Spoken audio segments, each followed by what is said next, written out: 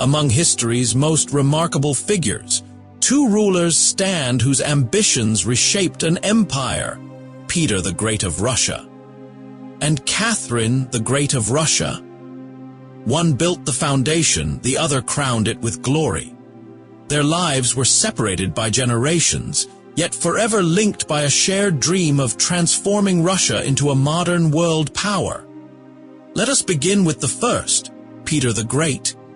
Peter the Great was born on the 9th of June in the year 1672 in the city of Moscow, Russia. How did a 10-year-old boy survive the trauma of family murder and rise to become the towering architect of the Russian Empire? What drove his obsession with ships, science, and the West? And how did this restless giant shake an entire nation into a new era, often by force? Please watch my full video until the end, and don't forget to like, share, and subscribe. Please make sure to share it with your friends. Thank you. Now, let us dive into the full story. Born as Pyotr Alexeyevich Romanov into the royal house of Romanov, Peter entered the world during a time of political fragility. His father, Tsar Alexis of Russia, had already sired children from two wives, one of them being Peter's mother, Natalia Narishkina. That division would ignite future court tensions. Peter was raised on the Izmailovo estate and later educated in the amusement palace, a place that blended noble play with early discipline. His tutors included military men and scholars who nurtured his curiosity and bold nature. But while Peter played with toy armies and studied fortifications, blood spilled in Moscow. In the shadows of a throne, destiny was preparing to test a child born for more than survival. He was born to rule. Peter's path to power was carved through terror and political violence. The year was 1682, and the Russian throne stood at a crossroads. Tsar Fedor, Peter's half-brother from Alexis's first marriage, had died without an heir. What followed was a vicious power struggle between the families of Fedor's mother, the Miloslavskis, and Peter's mother, the Narishkins. Tensions exploded when the elite military corps known as the Streltsy revolted. In the chaos, many of Peter's allies, including his mentor Artemin Matveyev, were brutally murdered. At just 10 years old, Peter witnessed these horrors firsthand. Blood flowed through the Kremlin, and the boy learned that power in Russia came not only with a crown, but with the constant threat of violence. To ease tensions between the rival families, a compromise was made. Peter would be crowned joint Tsar alongside his older half-brother Ivan, who was considered weak and unfit to rule alone. The real power, however, went to their older sister, Sophia Alexeyevna, who took the title of regent. A famous double-seated throne was crafted for the child rulers, but it had a secret. A hole was carved behind it, allowing Sophia to sit out of sight and whisper instructions during royal meetings. Though Peter held a crown, he held no true authority. His rise was still in the future, but the throne was already beneath him. His time would come, and he would never forget how it began with screams, swords, and silence from behind the throne. For 7 years after the bloody uprising, real power in Russia rested with one woman, Sophia Alexeyevna. Though Peter and his half-brother Ivan were officially co-tsars, it was Sophia who ruled the empire from behind the scenes. Peter, still a teenager, was effectively exiled from state affairs, living quietly at the Preobrazhenskoye estate with his mother. During this period, Sophia ruled as an autocrat, making decisions without consulting the young tsars. She built alliances, controlled court politics, and even strengthened her personal guard, ensuring her dominance. Ivan, blind and frail, played no role in politics, leaving Peter as the only real threat to Sophia's power. Peter, however, was not idle. While Sophia governed the court, he explored the world of military games, mock battles, and shipbuilding. He created toy regiments that grew into elite military units and spent hours constructing model fortresses and war machines. It was more than play, it was practice. Every maneuver, every command was a rehearsal for the real battles ahead. Sophia's grip on power began to weaken after 2 failed military campaigns against the Crimean Khanate. These defeats, combined with growing unrest in the capital and the loyalty Peter had earned among his mock regiments, shifted the balance of power. The stage was set for confrontation. The boy once sheltered behind a throne was now training for conquest. The co-rule with Ivan, once symbolic, was nearing its end, and Sophia's time as the true ruler of Russia was running out. While the court wrestled for power, young Peter was falling in love, not with a person, but with ideas. His passion burned not in palaces, but in a district on the edge of Moscow known as the German Quarter. It was here, among foreigners and exiles, that Peter's imagination exploded into action. The German Quarter was home to craftsmen, engineers, shipbuilders, and scholars from across Europe. Unlike the rigid traditions of the Russian court, this enclave buzzed with invention and knowledge. Peter found freedom here, sneaking away from official life to learn from foreigners. He met Dutch and Scottish artisans, learned arithmetic and geometry, and watched how ships were built plank by plank. It was in this quarter that Peter encountered a small English boat, a discovery that changed everything.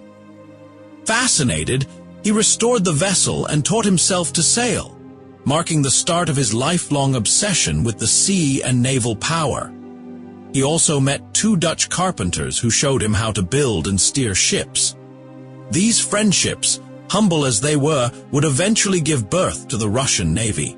But Peter's thirst for learning was not limited to sailing. He became obsessed with fortifications, sundials, and anything mechanical. He even learned Dutch and German so he could read scientific texts without a translator.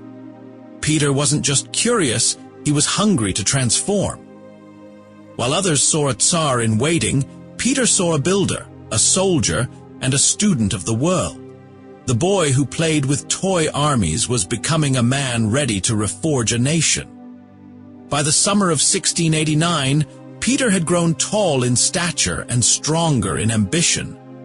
With his personal guard regiments growing in loyalty and Sophia's political grip weakening after failed military campaigns, the moment for confrontation arrived. Sophia, sensing danger, tried to strike first. She conspired with the Streltsy guards to maintain her hold on power. But Peter had already taken his first strategic step. He fled to the fortified monastery of Troitsy Sergieva Lavra under cover of darkness, rallying his allies and loyal troops. From there, he prepared to act. As support for Sophia crumbled and the threat of civil war loomed, the balance tipped in Peter's favor. The court, the army, and even foreign diplomats began to shift their allegiance. Sophia's plan unraveled quickly. Isolated and outmaneuvered, she was arrested and sent to the Novodevichy convent, where she was stripped of her royal title and forced into monastic seclusion. Her time as regent, once absolute, ended without a crown or command. Peter, though still sharing the throne with Ivan in name, now held the true power. Yet Peter did not rush to take formal control. Instead, he allowed others to govern in his name while he immersed himself in practical learning and military drills. His mother still acted as a guiding figure, but Peter was quietly preparing for full command. The battle for control was over, and Peter had won. But instead of celebrating victory, he turned to deeper plans of war, reform, and the radical reshaping of his empire. Even as Peter's political power grew, his personal life became tangled in tradition and frustration. In the year 1689, under pressure from his mother, Peter was married to Eudoxia Lopakina, a noblewoman chosen to reflect conservative values and satisfy the Russian court's expectations. The marriage, however, was a disaster from the start. Peter, curious and forward-thinking, had little in common with Eudoxia, who was deeply religious and tied to old Russian custom. Their union produced a son, Alexei, but brought no real companionship. Peter found the courtly rituals suffocating, and the relationship quickly soured. While Eudoxia retreated into a life of quiet piety, Peter turned back to the German quarter and his foreign friends. He resumed his studies in science, navigation, and warfare, finding escape in intellectual pursuit and military drill. His interests in shipbuilding and mock battles consumed him, and his court began to mirror his passions. After his mother's death in 1694, Peter no longer needed to maintain the pretense of a traditional marriage. He distanced himself from Eudoxia entirely, and by 1698, he forced her into a convent, effectively annulling the marriage. This act not only severed the last tie to old court customs, but also freed Peter to pursue a new vision of leadership and reform. Yet this personal break had consequences. His son Alexei would carry resentment and fear into adulthood, leading to future tensions with his father. Peter's transformation was underway, but the cost of change, both personal and political, was just beginning to unfold. With his marriage behind him and power fully in hand, Peter turned his eyes toward military glory. His target was the fortress of Azov, held by the Ottoman Empire.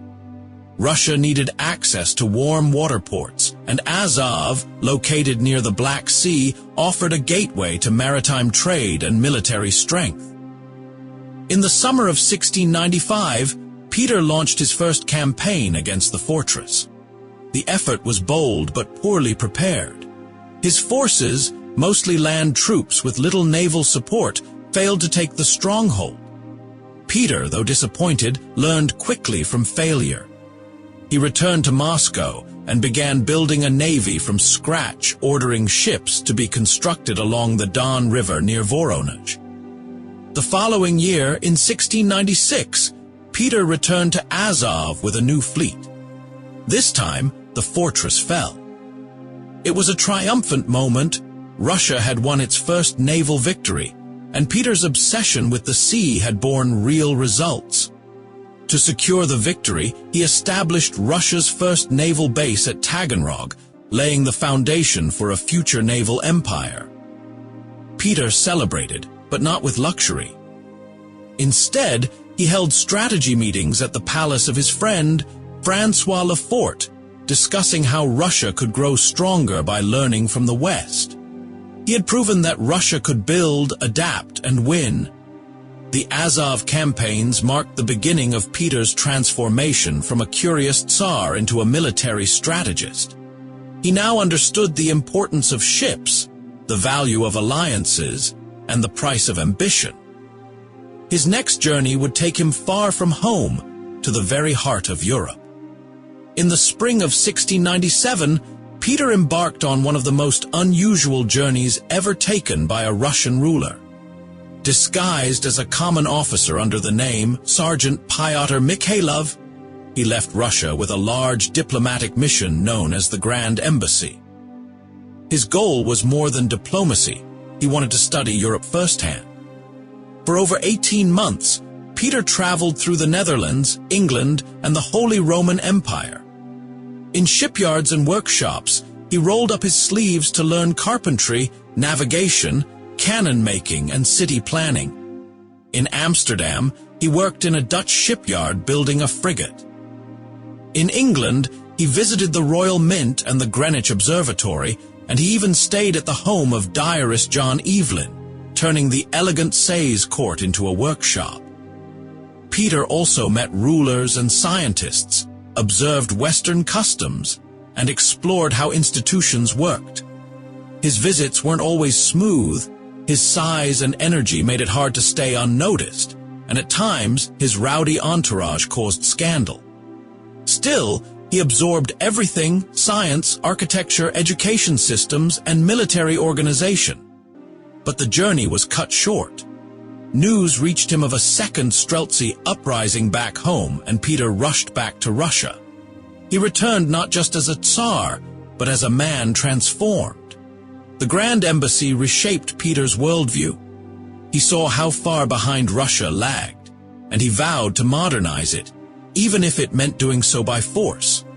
The student of Europe was now ready to become the reformer of Russia. Peter's return to Russia in 1698 was not a quiet homecoming. While he had been studying in Europe, the old military corps known as the Streltsy had once again rebelled, this time threatening to install his half-sister, Sophia, back on the throne. Peter's response was swift and brutal. He ordered the immediate suppression of the uprising. Thousands of Streltsy were arrested, over 1,000 were tortured, and hundreds were publicly executed. Their bodies were displayed as a warning. Some were even left hanging along roads leading into Moscow. Sophia, the symbol of their rebellion, was permanently confined to a convent under strict watch. The message was clear: rebellion would be crushed without mercy.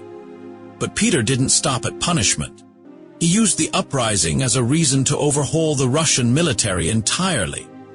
Inspired by what he had seen in Europe, Peter began building a modern army, professional, disciplined, and trained to Western standards. He brought in foreign officers, introduced new uniforms, and enforced strict hierarchies.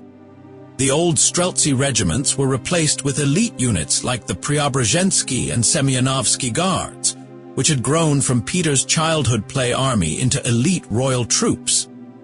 He also restructured the way Russia trained its officers, establishing schools to teach artillery, engineering, and navigation. The goal was to replace loyalty to old families with loyalty to the state and the Tsar. Through blood and reform, Peter was reshaping the soul of Russian power. The age of traditional warrior clans was ending, and the age of imperial discipline was rising. With the military now under his command and reform in full motion, Peter set his sights on a symbol, a city that would reflect the Russia he dreamed of. In the year 1703, on the marshy banks of the Neva River, Peter laid the foundation for what he called his window to the west, Saint Petersburg. The location was strategic. By seizing land from Sweden during the Great Northern War, Peter gained access to the Baltic Sea. He immediately ordered the construction of a fortress on Hare Island, the Peter and Paul Fortress, to secure the coastline. From there, the city began to rise. It was not an easy build. The swamps were unforgiving, and thousands of laborers died from disease, exhaustion, and the harsh conditions. Yet Peter was relentless. He banned the use of stone in other cities, forcing all stonemasons to come to St. Petersburg. Western architects were brought in to design the city with straight canals, wide boulevards, and European-style buildings. By 1712, Peter made a bold move. He officially transferred the Russian capital from Moscow to St. Petersburg. The shift wasn't just geographical, it was psychological. The heart of Russian power was now pointed toward Europe. Peter lived in a simple log cabin while his vision unfolded around him. From this swampy frontier, he launched a new Russia. St. Petersburg was more than a capital.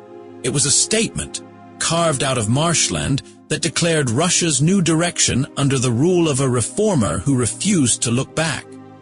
The Great Northern War became the proving ground for Peter's new Russia. It began in 1700, when Peter formed an alliance with Denmark-Norway and Poland-Lithuania to challenge the Swedish Empire. Sweden, ruled by the young and aggressive King Charles XII, was a formidable opponent, and the early battles favored the Swedes. In the winter of 1700, Russian forces suffered a humiliating defeat at the Battle of Narva. Charles XII, using a snowstorm to his advantage, routed Peter's unprepared army. But Peter saw the loss as a lesson, not a defeat. He returned to work, rebuilding, retraining, and reorganizing his forces. Russia's army grew stronger, more disciplined, and better equipped with each passing year. The turning point came in 1709 at the Battle of Poltava in Ukraine. Charles XII had invaded Russia, expecting a swift victory. But Peter, using scorched earth tactics and strategic retreats, starved the Swedish army of supplies and lured them deep into Russian territory. At Poltava, Peter's army stood firm. Using fortified positions and artillery, they overwhelmed the Swedes in a decisive victory. Charles XII fled south into Ottoman territory, and Sweden's dominance in the region crumbled. The triumph at Poltava was more than a battlefield success. It signaled Russia's arrival as a major European power. It silenced critics of Peter's reforms and gave him the confidence to push even further. The old view of Russia, isolated and backward, was fading. A new image was forming, that of a modern empire, built by force, strategy, and an unyielding will to transform. After the triumph at Poltava, Peter accelerated his most radical mission to westernize Russian society from top to bottom. He believed that for Russia to be strong, its people needed to think, live, and even look like Europeans. And so, he began changing not just politics, but the culture and daily lives of his subjects. He banned traditional long robes and ordered nobles to adopt European clothing styles. Men were required to shave their beards, a custom sacred to many Russian Orthodox believers. Those who refused were taxed, and official inspectors would forcibly trim beards at court gates. Even courtiers had to learn Western manners, from table etiquette to how they danced at social gatherings. Peter also ended arranged marriages among the nobility, believing that they encouraged resentment and domestic violence. Instead, he pushed for personal choice and mutual consent. Women, long kept in seclusion, were encouraged to appear in public, attend parties, and receive education, a quiet revolution in itself. In the realm of knowledge, Peter founded schools focused on mathematics, navigation, and military science. He introduced the Julian calendar, replacing the old Byzantine system, and launched Russia's first newspaper, printed in a simplified civil script. Foreign teachers and scientists were invited to train a new generation of Russian professionals. These reforms were not always welcome. Many resented the rapid changes, especially the conservative clergy and noble families. But Peter pressed forward, believing the future of Russia depended on transformation. By reshaping dress, language, education, and daily life, Peter was not just ruling Russia, he was rebuilding it in the image of the West. Peter the Great knew that an empire could not stand on ceremony and culture alone. It needed iron, knowledge, and infrastructure. Determined to build a self-sufficient and powerful state, he launched a series of sweeping industrial and educational reforms that touched every corner of Russian society. Peter established factories, shipyards, and ironworks across the empire, particularly in the Ural Mountains. He offered incentives like tax exemptions and legal protections to attract workers and entrepreneurs. He also encouraged the import of skilled foreign laborers and gave nobles the right to buy serfs to work in industrial settings. These changes laid the foundation for Russia's manufacturing sector and gave the state control over strategic industries like mining, weapons, and textile. To feed his growing navy and army with capable officers, Peter founded the Moscow School of Mathematics and Navigation in 1701. It trained future surveyors, engineers, and naval commanders. He also created the engineering school at the Sakharev Tower and mandated compulsory education for children of the nobility, clerks, and government servants. Peter introduced Arabic numerals and modernized the Russian alphabet, making printed materials more accessible. He also opened the country's first scientific library and commissioned the Kunstkamera, a museum filled with curiosities and educational specimens aimed at dispelling superstition. For Peter, knowledge was power. His reforms were not just about creating jobs or schools, they were about changing how Russians thought. From factories to classrooms, he demanded discipline, structure, and curiosity. The result was a growing generation of Russians trained not by tradition, but by science, reason, and ambition, the very tools Peter used to reshape his empire. In his final decade, Peter the Great pushed harder than ever to complete his vision. Despite age, illness, and resistance, he remained a force of nature, launching new military campaigns, reforming governance, and cementing his legacy in stone, steel, and law. He continued expanding Russia's reach in the Baltic and Caspian regions. After the Great Northern War ended in 1721, Peter turned south, launching the Persian campaign to secure territory along the Caspian Sea. Russian forces captured key cities like Derbent and Baku, extending imperial borders farther than ever before. His ambitions for naval supremacy now stretched from the Baltic to the Persian Gulf. But Peter's mind was not only on warfare. In 1724, he founded the Russian Academy of Sciences and Saint Petersburg State University, ensuring that the pursuit of knowledge would outlive him. He also completed grand architectural projects, including palaces, ports, and factories, most notably the Petrodvorets watch factory and the expansion of Saint Petersburg as a modern capital. Peter didn't just build, he reshaped government. He introduced the table of ranks in 1722, a system that allowed commoners to rise through service rather than birth. He declared Russia an empire and himself its first emperor, marking a new era in Russian identity. In his final acts, Peter took a keen interest in regulating trade, improving urban planning, and codifying laws that aligned with Enlightenment principles. He even planned new educational institutions in distant provinces, showing that his mind never stopped reaching beyond the present. As the sun began to set on his reign, Peter had transformed a fragmented state into a rising imperial power. His final years were a race against time to finish the institutions and reforms that would carry Russia forward long after his towering presence was gone.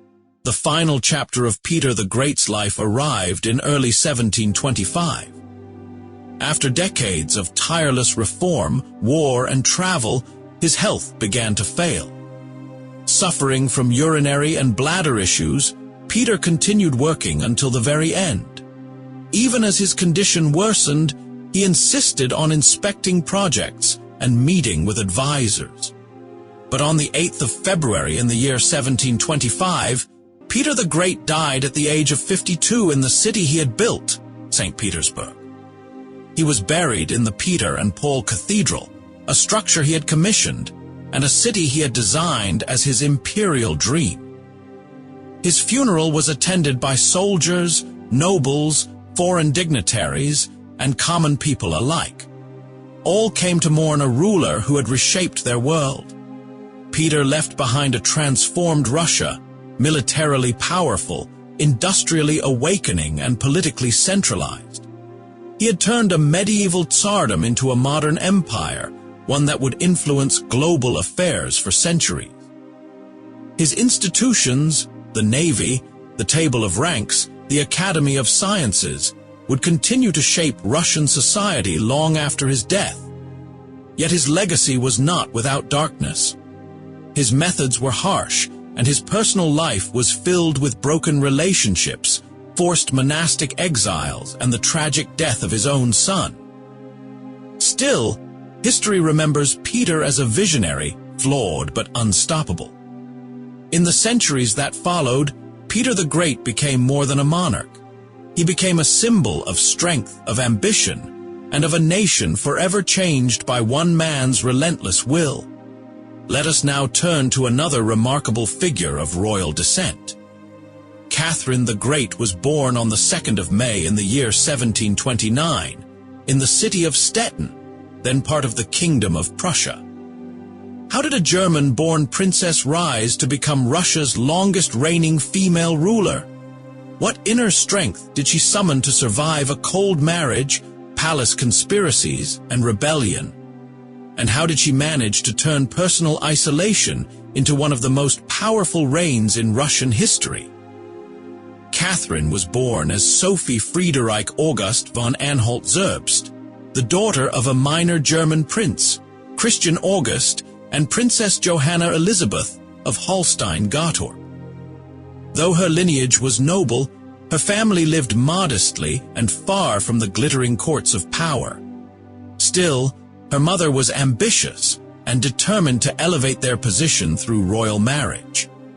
Sophie grew up in a strict Lutheran household. Her early years were filled with lessons in etiquette, languages, and classical education.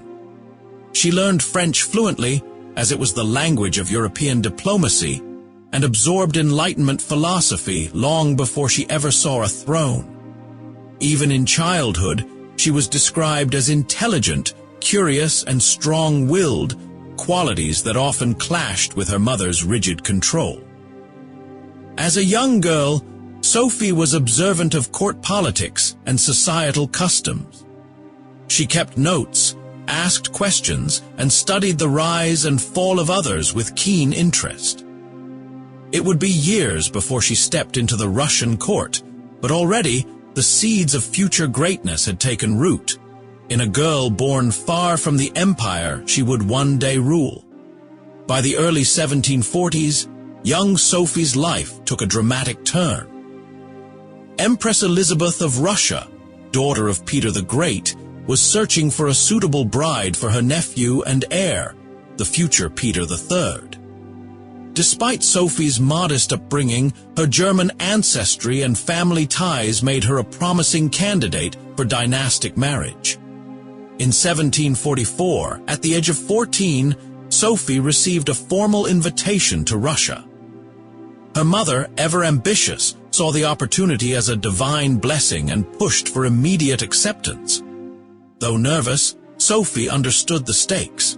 She would be leaving behind her homeland, language, and faith for a land she had never seen to marry a boy she had never met. The journey from Stettin to Saint Petersburg was long and ceremonial. Upon arrival, Sophie was greeted by Russian nobility and carefully introduced to court customs. She quickly impressed the empress with her poise, intelligence, and eagerness to please. But winning approval wasn't enough. There were conditions. To become a suitable bride, Sophie would need to convert from Lutheranism to Russian Orthodoxy. This was no simple ritual, it was a political act. Accepting the Russian faith symbolized loyalty to the empire and a break from her German roots. Sophie accepted. She was baptized into the Orthodox Church and given a new name, Catherine Alexeyevna. With her transformation complete, she became the official betrothed of the heir to the throne. But beneath the silks and ceremonies, Catherine was quietly preparing. She had entered the Russian court not just as a bride, but as a student of power, watching and learning at every turn. Catherine's journey from a German princess to a Russian Grand Duchess was not only political, it was deeply personal. The moment she agreed to convert to Russian Orthodoxy, she began a full transformation that would define the rest of her life. On the 28th of June in the year 1744, she was baptized in a lavish Orthodox ceremony. Her name was officially changed from Sophie to Catherine Alexeyevna, honoring her future role in the Russian royal family. This act was not symbolic alone, it was a pledge of loyalty to her new country, its traditions, and its people. Catherine embraced it wholeheartedly. She studied the Orthodox faith, mastered the Russian language, and even practiced walking barefoot in the cold to toughen herself for court life. She wanted Russia to see her not as a foreigner, but as one of their own. Soon after her conversion, Catherine was married to Grand Duke Peter, the nephew of Empress Elizabeth. The marriage was held in Saint Petersburg in 1745 with great ceremony and expectation. But behind the grandeur, the relationship was already strained. Peter, immature and emotionally distant, showed little interest in his new wife. He was more fascinated by military toys and Prussian culture than by his role as future Tsar. For Catherine, the wedding marked not the start of romance, but the beginning of isolation. Alone in a foreign land, bonded to a man she did not love, she faced a future of uncertainty. But while Peter withdrew, Catherine quietly began forging connections, building her inner strength and preparing not for marriage, but for something far greater. Catherine's early years at the Russian court were marked by loneliness, surveillance, and silent endurance. Though she now bore a royal title, she had no real influence or support. Her husband, Peter, proved increasingly volatile and childish. He openly expressed admiration for Frederick the Great of Prussia, Russia's enemy at the time, and dressed in foreign uniforms, causing embarrassment at court. Worse still, he often mocked Catherine in public and spent most of his time away from her. Catherine, however, refused to collapse under pressure. Instead, she turned inward, devouring books on philosophy, politics, and Enlightenment thought. She studied the works of Voltaire, Montesquieu, and Diderot, thinkers who challenged monarchy, tradition, and the role of power in society. These ideas didn't just comfort her, they began to shape her view of rulership. She also played a careful game of appearances. In public, she behaved with dignity and submission. In private, she kept a journal, documenting her frustrations, fears, and growing resolve. She knew that the court was filled with spies, and she learned to speak in coded language, both with friends and on paper.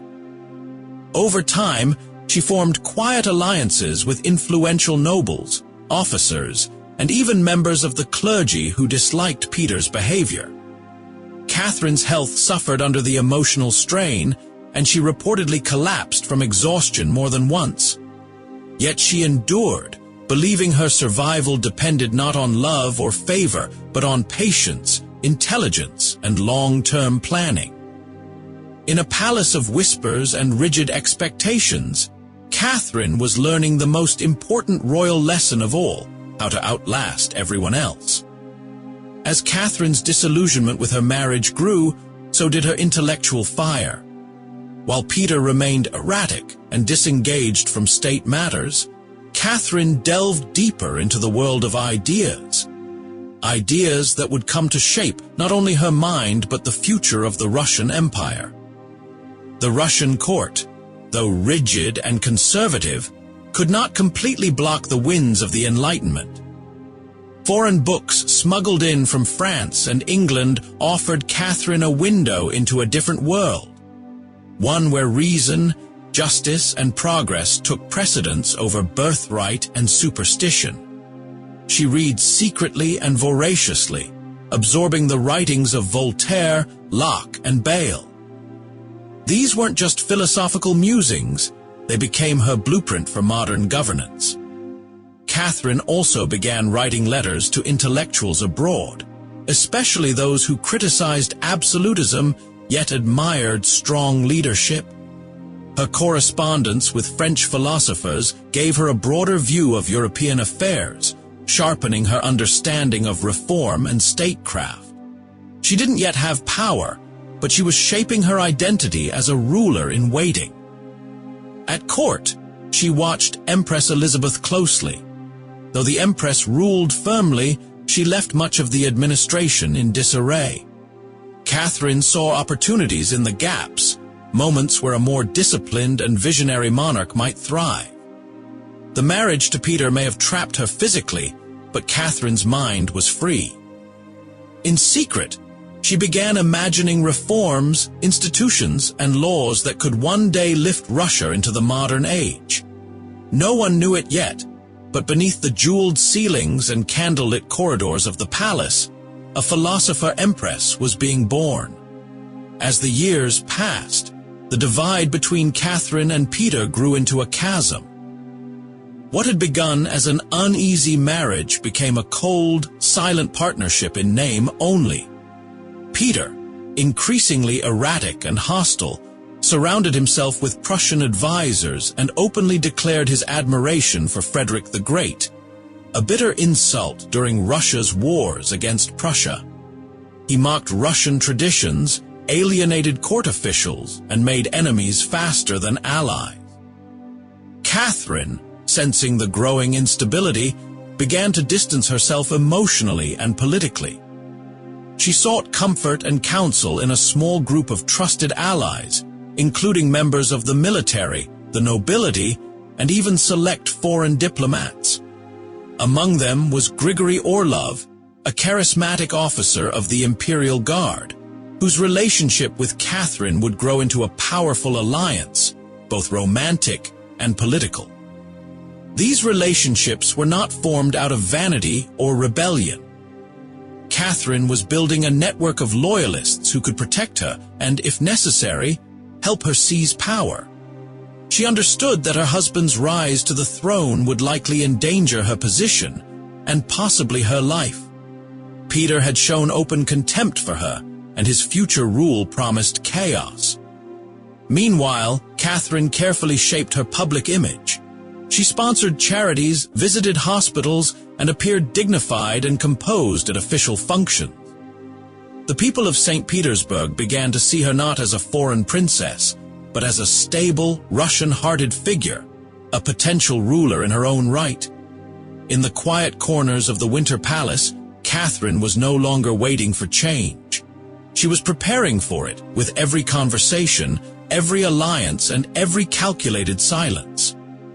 In the summer of 1762, a storm finally broke over the Russian Empire. Empress Elizabeth had died 6 months earlier, and Peter III, now emperor, quickly proved himself unfit to rule. He withdrew Russia from its war against Prussia, alienated the army, and mocked the Orthodox Church. His court was chaotic, and his reforms were clumsy and unpopular. Within weeks, many feared that Russia stood on the brink of ruin. Catherine watched closely, gathering her allies behind closed doors. She knew her moment had come. On the morning of the 9th of July, 1762, she made her move. With the help of the Orlov brothers, loyal officers, and key members of the Imperial Guard, Catherine rode to the Izmailovsky Regiment barracks in full military uniform. There, she was declared the sole ruler of Russia. From there, the coup moved swiftly. Catherine marched to the Winter Palace, where crowds greeted her as empress. Peter, unaware of the brewing rebellion, fled without a real fight. Days later, he was arrested, and shortly after, he died under mysterious circumstances while in custody. Though Catherine denied ordering his death, its shadow lingered over her rise. Yet for the people and the court, Catherine's ascension brought relief, not scandal. She was seen as calm, intelligent, and patriotic, everything Peter was not. Her coronation was held in Moscow with grandeur and symbolism, marking the beginning of a new era. Catherine had claimed the throne not by bloodline alone, but by will, strategy, and popular support. And now that it was hers, she was determined to rule not as a placeholder, but as a true sovereign in her own right. After the dramatic coup of 1762, Catherine faced a fragile throne. Though she wore the imperial crown, many questioned how long she could keep it. She was a foreign-born woman who had seized power from her husband, a dangerous position in a court known for intrigue and sudden reversal. Catherine acted swiftly to secure her reign. Her first task was to stabilize loyalty among the military, clergy, and nobility. She confirmed ranks, issued generous rewards to the Imperial Guard, and promised continuity rather than disruption. These calculated gestures reassured powerful factions that they had backed the right sovereign. She also moved to win over the public.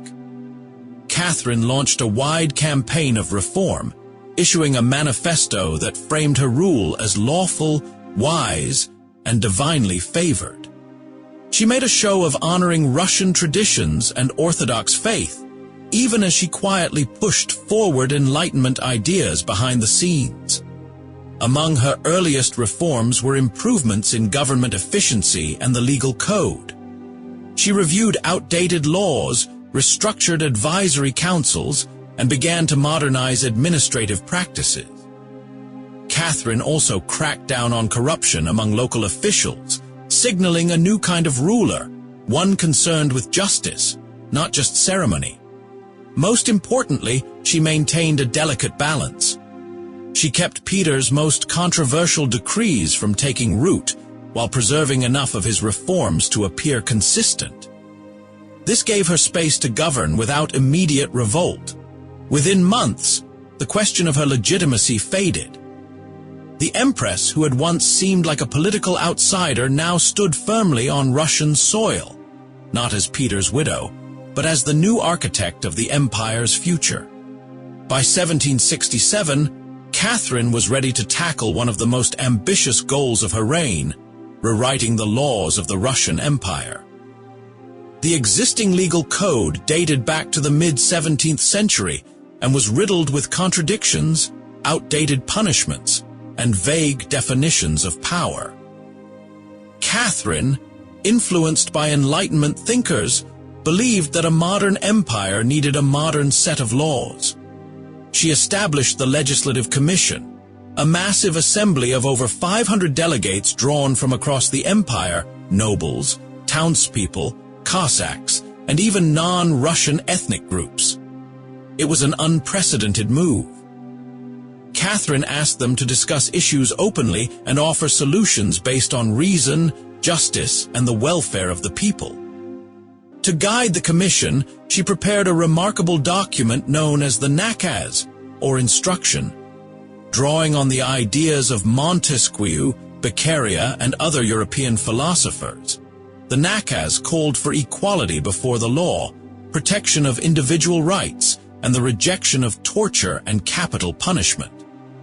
Though some of her ideas were softened to appease traditionalists, the nakaz was still a radical blueprint for legal reform. Catherine attended many of the commission's meetings, carefully observing the debates.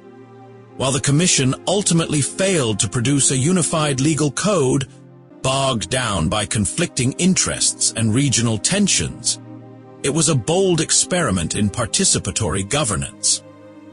More than just a legal effort, the Legislative Commission revealed Catherine's vision, an empire guided by reason and law, not fear and tradition.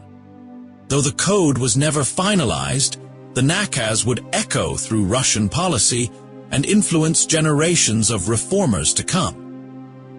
Catherine the Great believed that a flourishing empire required not just strong laws and armies, but enlightened minds. In the decade following the Legislative Commission, she turned her attention to culture, education, and the arts, leaving a legacy that would transform Russia's intellectual and artistic identity. She established the Smolny Institute for Noble Maidens in 1764, the first state-funded educational institution for girls in Russia.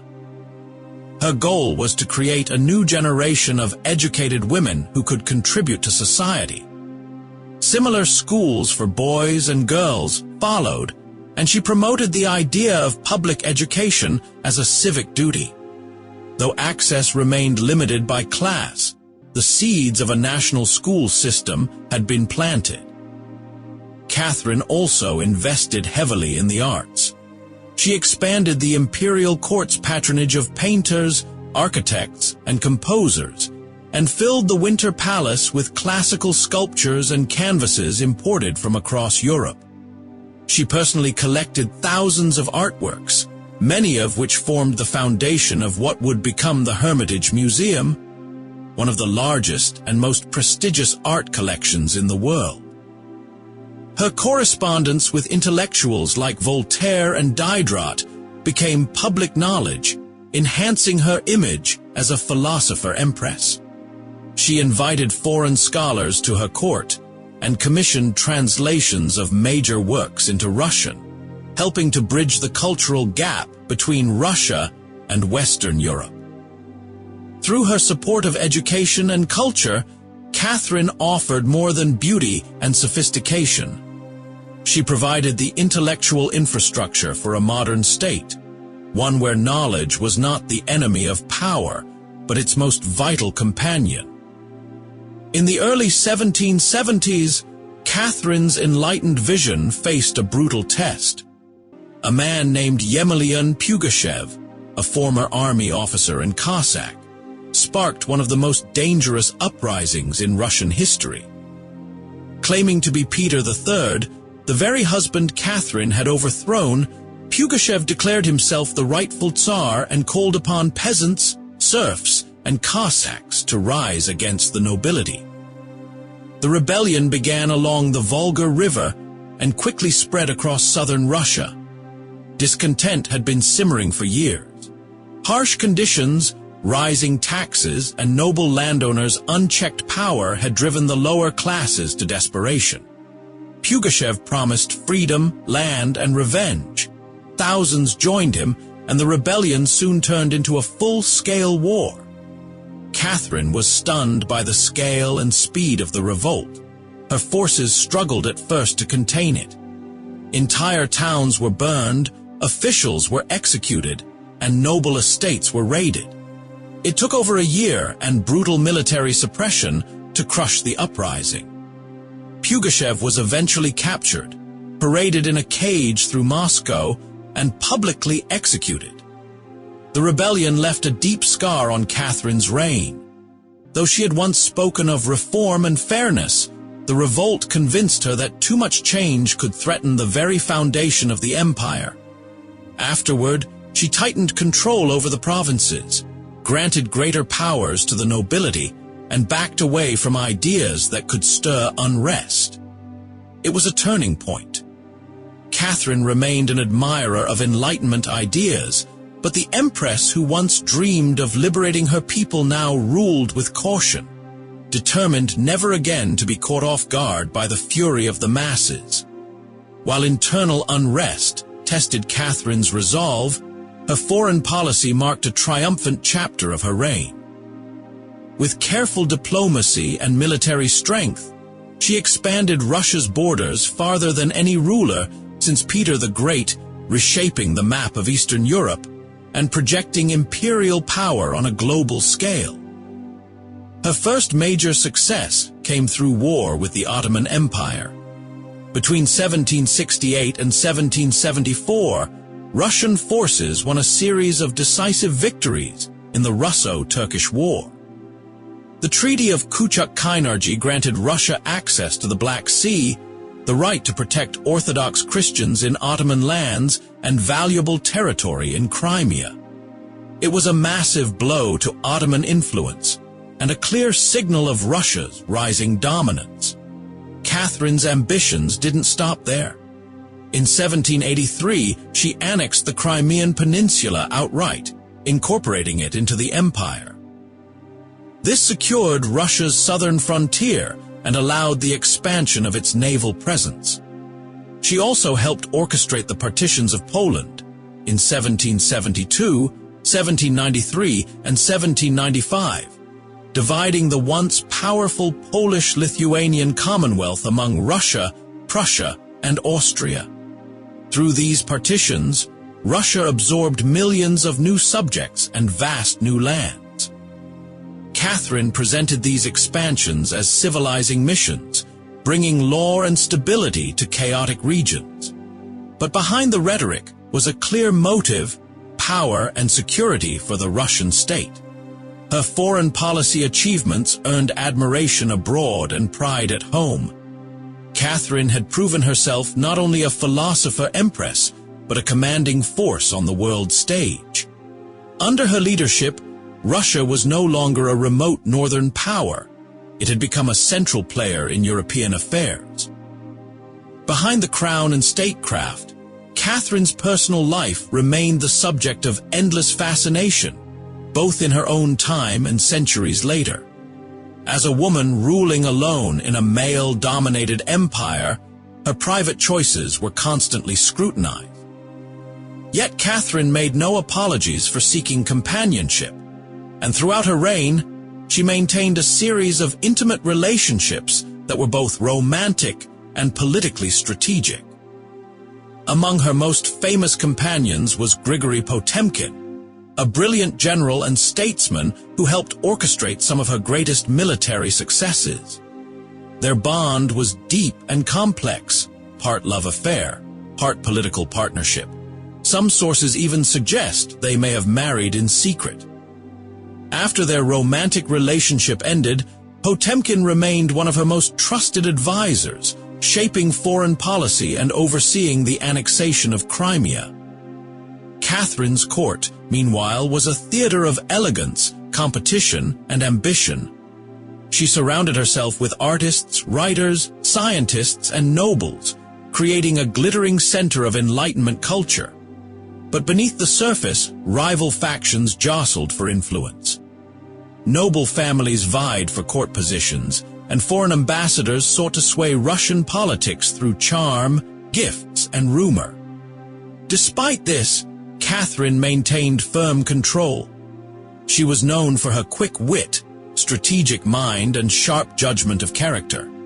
She rewarded loyalty generously, but had little tolerance for betrayal. Even her critics admitted she navigated personal and political risks with extraordinary skill. Catherine's relationships, personal and political, reflected the complex reality of her power. They were not distractions, but essential parts of how she ruled, through charm, intellect, and a mastery of courtly intrigue that kept her empire firmly in her hands. In the twilight of her reign, Catherine the Great remained a commanding presence. Even into her 60s, she governed with tireless energy, writing, planning, and managing state affairs daily. But as her health slowly declined, a pressing question loomed: who would rule after her? Her only legitimate son, Paul, had long been a source of concern.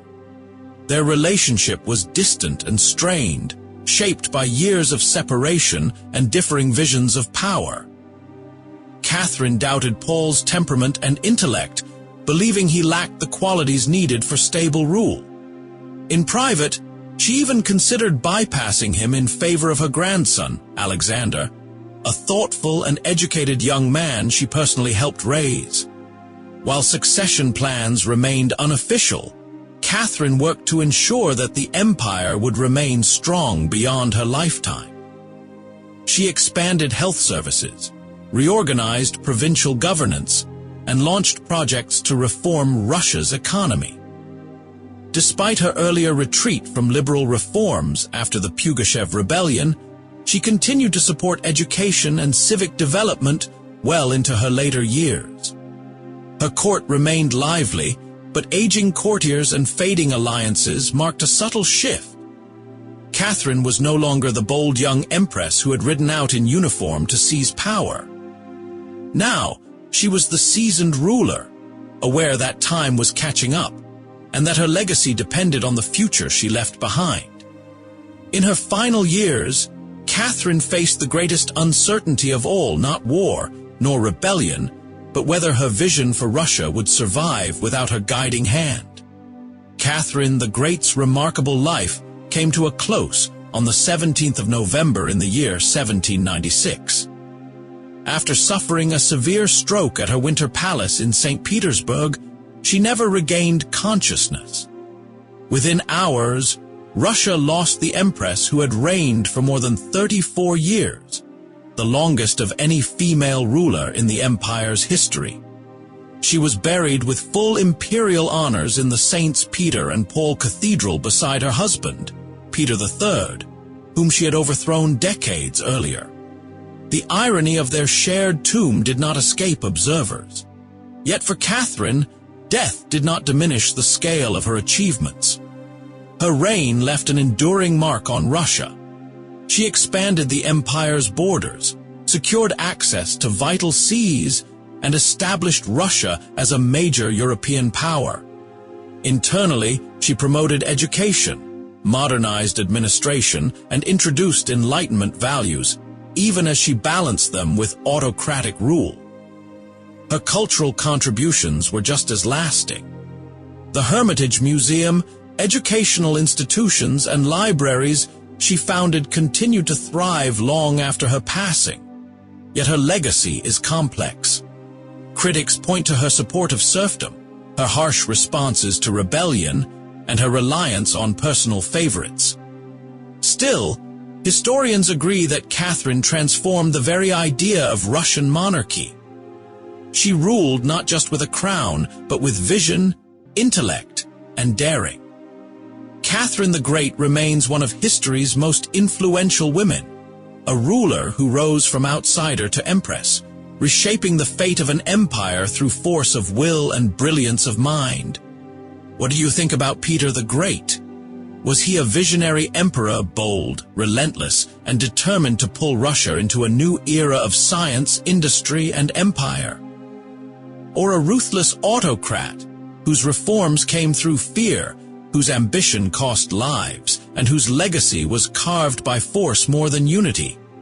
And what about Catherine the Great? Was she a philosopher empress, wise, cultured, and tireless in her efforts to modernize Russia, expand education, and elevate her people? Or was she a sovereign trapped in contradiction, a champion of enlightenment who upheld serfdom, and a ruler whose brilliance masked personal tragedy and loneliness? We would love to hear your thoughts. Were these two titans of Russian history heroic builders of a stronger nation, or reflections of power's complicated price? Did they shape Russia through courage and brilliance, or were they symbols of ambition, both admirable and unsettling? Let us know in the comments below. And if this story moved you, please like, share, and subscribe to our channel for more powerful tales from the past, stories of courage, choice, and the quiet force behind history. Thank you so much for watching.